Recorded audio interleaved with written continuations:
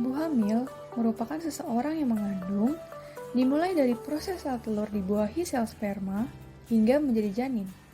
Sedangkan menyusui adalah cara yang optimal dalam memberikan nutrisi pada bayi, yakni dengan ASI eksklusif. Sementara itu, masa balita merupakan masa penting karena berlangsungnya tumbuh kembang anak meliputi pertumbuhan fisik hingga sosial. Oleh karena itu, pemenuhan gizi balita sangat diperlukan dan berpengaruh sejak masa kehamilan ibu dan proses menyusui. Selanjutnya adalah tujuan dari promosi kesehatan pada kelompok ibu hamil dan menyusui.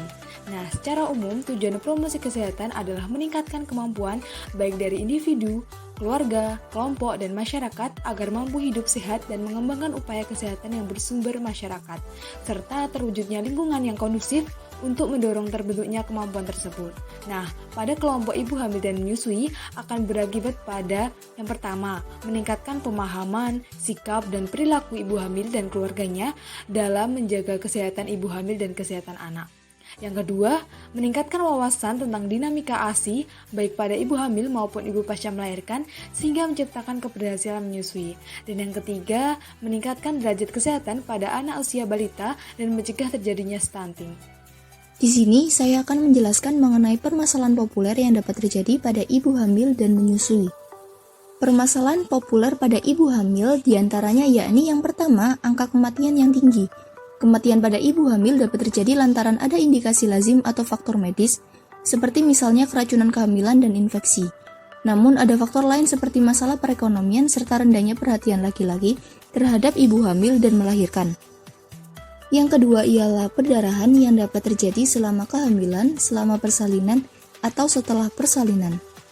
Yang ketiga ialah diabetes mellitus gestasional yang dapat terjadi pada ibu hamil.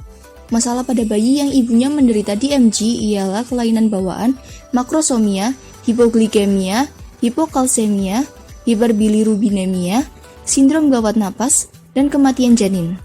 Dan yang keempat ialah kekurangan gizi. Gizi sangat berhubungan dengan proses pertumbuhan janin yang dikandung. Kekurangan gizi pada ibu hamil berakibat berat badan bayi rendah pada waktu lahir, kelahiran prematur, lahir dengan berbagai kesulitan, dan lahir mati. Selanjutnya, permasalahan populer pada ibu menyusui. Di antaranya, yang pertama, masalah masa antenatal, yakni kondisi di mana puting susu tidak menonjol, yang meskipun begitu, kondisi ini tidak selalu menjadi masalah. Yang kedua, masalah masa setelah persalinan dini, di mana dapat terjadi kondisi seperti puting susu lecet, payudara bengkak, dan abses payudara atau mastitis. Dan yang ketiga ialah pada masa setelah persalinan lanjut. Permasalahan yang terjadi diantaranya sindrom ASI kurang, pekerjaan ibu yang dijadikan alasan untuk memberikan ASI secara eksklusif, dan pengeluaran ASI. ASI adalah air susu ibu yang merupakan sumber gizi utama bagi bayi yang belum bisa mengonsumsi makanan padat. Setelah menginjak usia 6 bulan, biasanya bayi diberikan makanan pendamping ASI atau MPASI. Meski demikian, pemberian ASI disarankan terus berlanjut hingga usia 2 tahun. Manfaat ASI sendiri untuk bayi yang pertama yakni sebagai antibodi, yang kedua penting untuk tulang, yang ketiga mencerdaskan bayi, yang keempat menjaga berat badan bayi agar tetap seimbang, yang kelima mengurangi resiko sindrom kematian mendadak. Kemudian manfaat memberikan ASI untuk ibu yakni yang pertama, membantu ibu menurunkan berat badan. Yang kedua, membangun keintiman dengan si bayi. Yang ketiga, menyusui bisa menjadi KB alami. Kemudian, IMD atau inisiasi menyusui dini adalah mendekatkan bayi ke tubuh ibu terlebih dahulu sebelum mulai menyusui. Inisiasi menyusui dini sendiri yakni proses untuk memberikan ASI segera setelah bayi dilahirkan yang biasanya dilakukan dalam kurun waktu 30 menit hingga 1 jam pasca persalinan. Inisiasi menyusui dini tidak hanya memudahkan proses menyusui ASI, tetapi juga menjadi momen perkenalan yang dapat memperkuat ikatan antara ibu dan juga bayi. Hal ini karena saat melakukan proses tersebut, ada sentuhan langsung antara ibu dan bayi alias skin to skin contact. Langkah menyusui yang benar. Yang pertama, cuci tangan dengan air bersih yang mengalir. Yang kedua, Perah sedikit ASI dan oleskan ke puting dan areola sekitarnya. Manfaatnya adalah sebagai desinfektan dan menjaga kelembapan puting susu. Yang ketiga, ibu duduk dengan santai dan kaki tidak boleh menggantung. Yang keempat, posisikan bayi dengan benar. Yang kelima, bayi dipegang dengan satu lengan. Yang keenam, perut bayi menempel ke tubuh ibu.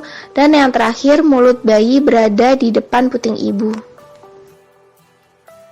Kebutuhan gizi yang dibutuhkan oleh balita yang pertama ada energi.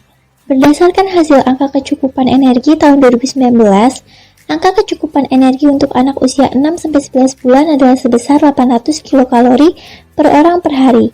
Anak berusia 1-3 tahun adalah sebesar 1350 kilokalori per orang per hari.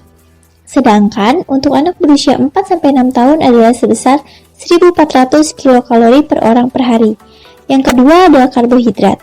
Anjuran konsumsi karbohidrat menurut angka kecukupan energi tahun 2019 sehari bagi anak usia 6-11 bulan sebesar 105 gram, anak usia 1-3 tahun sebesar 215 gram, dan untuk anak usia 4-6 tahun sebesar 220 gram.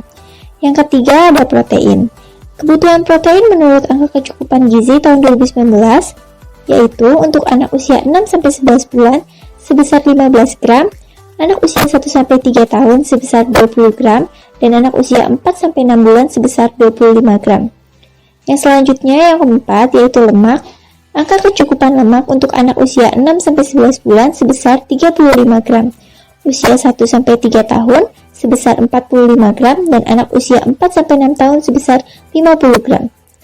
Yang selanjutnya yaitu serat. Kecukupan serat untuk anak usia 6-11 bulan sebesar 11 gram per hari. Anak usia 1-3 tahun adalah 19 gram per hari. Sedangkan anak usia 4-6 tahun adalah 20 gram per hari.